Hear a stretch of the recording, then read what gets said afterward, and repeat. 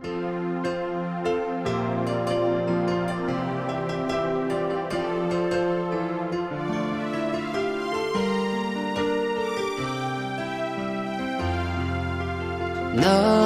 怀你的心，把你喜爱着吗？và chỉ có cuộc sống sao mà sao sẽ bơi đi về lại chỉ ha chỉ để không đi mà chỉ có chỉ ha về ni để chỉ cho mà chỉ cho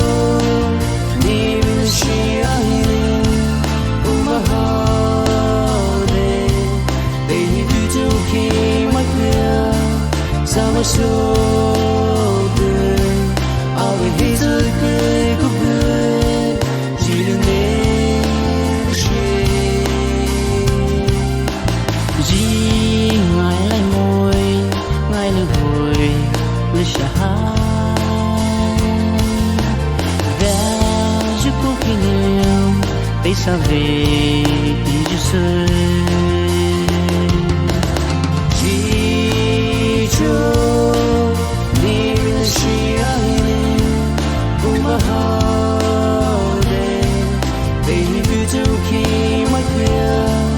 Summer so good, I'll be here to the great good, chỉ đừng nên lại sự xa, ao vui, lịch khi đi xa nhẹ, nhẹ cho biết bay, để xa cứ sớm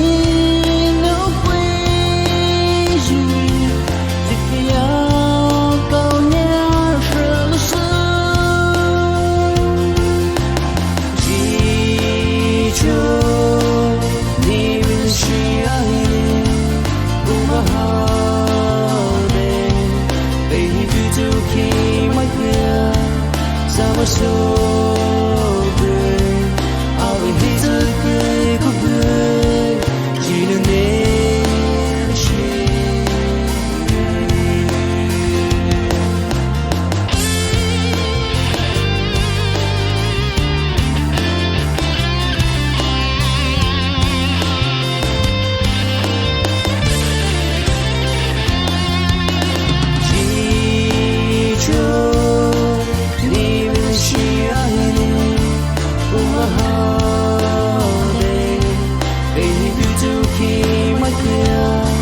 summer so